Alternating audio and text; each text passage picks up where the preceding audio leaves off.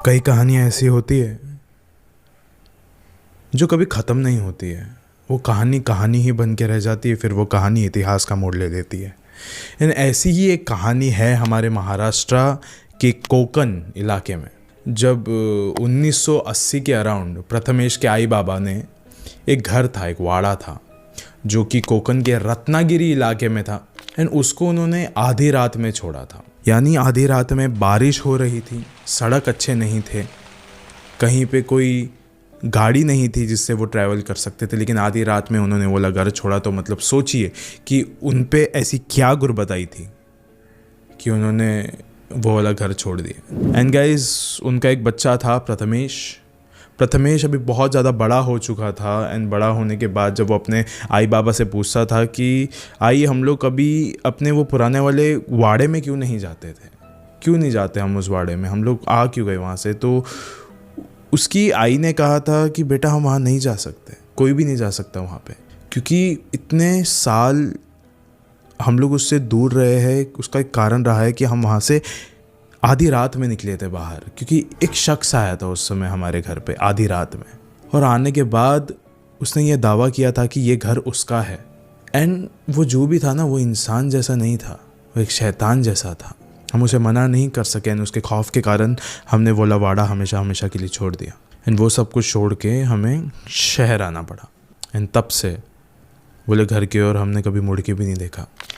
So guys, अभी video शुरू करने से पहले ऐसे ही और horror, mysterious and historical videos देखने के लिए सब्सक्राइब कर दीजिए इस चैनल को। अब ये कहानी शुरू होती है। इस कहानी की शुरुआत आज चाहे साल 1980 के अराउंड हुई थी, लेकिन मैं आपको एक बात बताना चाहता हूँ कि आज साल 2024 में ही ये सारी घटना घटी है प्रथमेश के साथ, जो ये कहानी में आगे होने वाला है। साल 2024 में प्रथमेश की उम्र अच्छी खासी हो गई थी, उसकी शादी हो गई थी। एंड उसकी जो न्यूली वेडेड वाइफ थी, एक ऐसा रिचुअल था उनके महाराष्ट्रन फैमिली में कि जो जिसकी भी नई नई शादी होती है उसको अपने कुल देवता के मंदिर में जाना पड़ता है, जो कि उनका वहीं पे था, उसी गांव में था इन रत्नागिरी। एंड वो लोग वहीं पे गए हुए थे। एक्चुअली उनको जाना था वहाँ पे, अभी तक गए नहीं। उनके दिमाग में सब कुछ चल रहा है कि हमको वहाँ पे जाना है। लेकिन गाइस, पिछले 40 साल से कोई भी उसके परिवार से कभी भी उस गांव में गया नहीं, क्योंकि हर किसी को ना एक खौफ आया हुआ था कि अगर हम वहाँ जाएंगे तो रहेंगे कहाँ, क्योंकि हमारा जो वाड़ा है वहाँ से एक बहुत अलग ही इतिहास जुड़ा हुआ है उन लोगों का। लेकिन फिर भी प्रथमेश तो एकदम मॉडर्न ख्यालात वाला था। एंड ही वाज लाइक कि मैं तो एकदम मॉडर्न ख्यालात वाला हूँ, मैं ये सब में बिलीव नहीं करता, भूत प्रेत जादू टोना, I don't believe in all this. मैं अपनी पत्नी संध्या को लेकर गांव जाऊंगा। एंड इसी फैसले को लेकर प्रथमेश और संध्या निकल गए रत्नागिरी के लिए।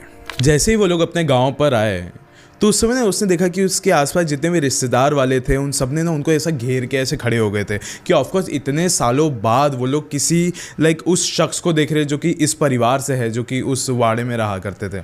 ऑल्दो उसका जो कज़न था प्रथमेश का, वो हमेशा उनसे मिलता रहता था, मुंबई में भी आके मिलता रहता था। सो अभी ना सब लोग एकदम बहुत प्यार मोहब्बत वाली बातें कर रहे हैं उनसे, एकदम कि कैसे एकदम छोटा था जब ते को देखा था।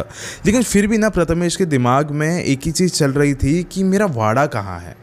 और उसने ना फिर आसपास जो उसके अंकल आंटी थे उनको पूछा भी कि आई बाबा जहाँ रहते थे वो वाला वाड़ा कहाँ है। सब लोगों ने ना एक दूसरे की शक्लें देखनी चालू कर दी थी अभी, कि मतलब ये क्या पूछ रहा है। आई गेस सब लोगों की जो साइलेंस थी वो उसके कज़न ने तोड़ी। उसके कज़न ने कहा कि एक काम कर, तू पहले मेरे घर पे चल, थोड़ा आराम कर लो, तुम लोग कपड़े वपड़े चेंज कर लो, उसके बाद बात करते हैं इसके बारे में। फिर उसके बाद उसने बोला चलो ठीक है। वो चला गया उसके घर पे। फिर उसके घर पे जाने के बाद उसके कज़न ने कहा कि तुम्हारे जो आई बाबा थे ना, वो ऐसे ही वो घर आधी रात को छोड़ के नहीं चले गए थे। वहाँ का एक बहुत बुरा इतिहास रहा है। वहाँ पे कोई तो रहता है जो कि ज़िंदा नहीं है, वहाँ पे कोई तो भटकता है एक्चुअली।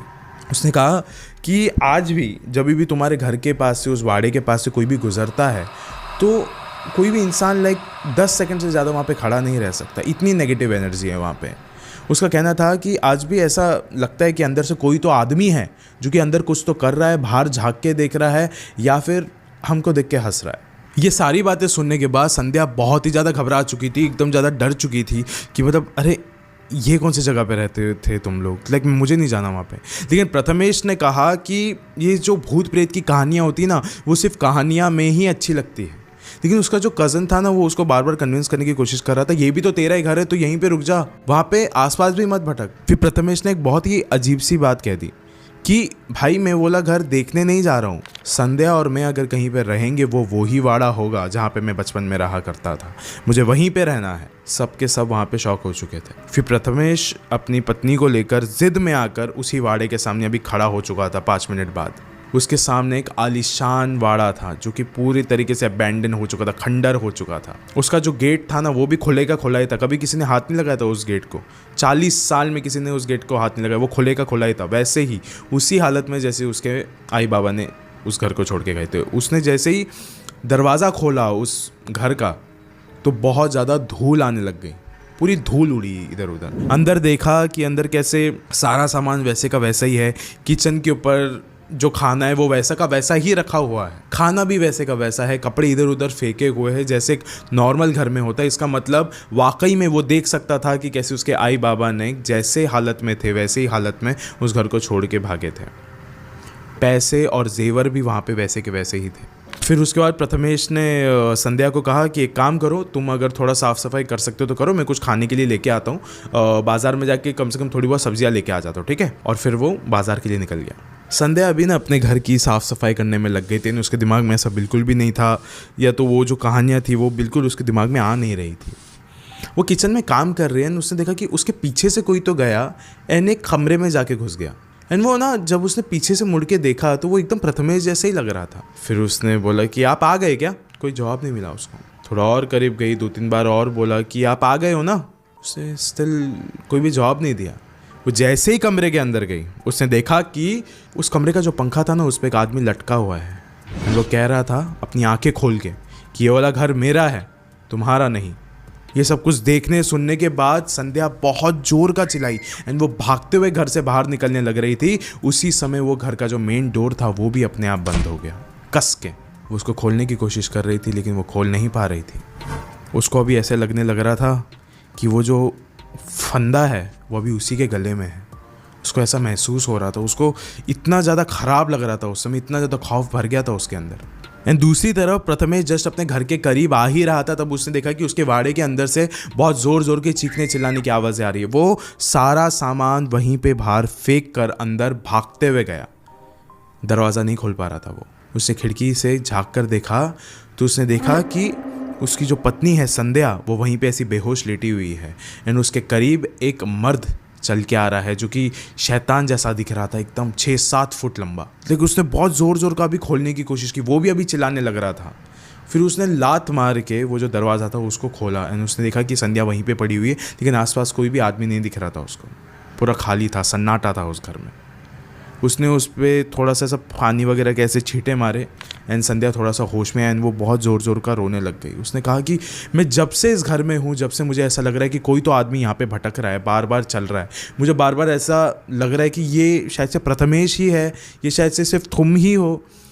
लेकिन फिर भी जब मैं उसके करीब जाती हूँ तो फिर वो प्रथमेश नहीं रहता, वो तुम नहीं रहते, कोई और रहता है। इस घर में कुछ तो बिल्कुल सही नहीं है प्रथमेश। और इस घर में जो भी मुझे अभी ऐसा क्यों लगने लग रहा है कि ये मेरे ही जिस्म के अंदर आ चुका है अभी। प्रथमेश और संध्या दोनों भागते हुए उसके कज़न के घर पे जा पहुँचे एंड उन्होंने बताया कि ये सारी चीज़ें हुई हमारे साथ। लेकिन प्रथमेश ना एकदम बहुत ज़ोर से उसको पूछ रहा था, मैंने सिर्फ कहानियाँ सुनी है, लेकिन ये आदमी है कौन? फिर उसके कज़न ने कहा कि ये एक्चुअली कोई ऐसे ऐरा गहरा आदमी नहीं है, ये तुम्हारे ही पूर्वज है। ये जो आदमी वहाँ पे भटक रहा है ये तुम्हारा ही एक पूर्वज है, जिसने कई सालों पहले जब ये वाड़ा बना था तो ये इसने ही बनाया था, ये वाला वाड़ा। एंड ये बनाने के बाद वहीं पे रहा करता था, लेकिन ये अकेला रहा करता था इंसान एंड कोई भी इसकी कभी मदद नहीं करता था। एंड ये आदमी ना एकदम स्टारवेशन पे आ गया था, एकदम भुखमरी की हालत में आ गया था। ना इसको कोई खाना देता था, ना पीने के लिए पानी देता था, ना इसके पास कपड़े होते थे।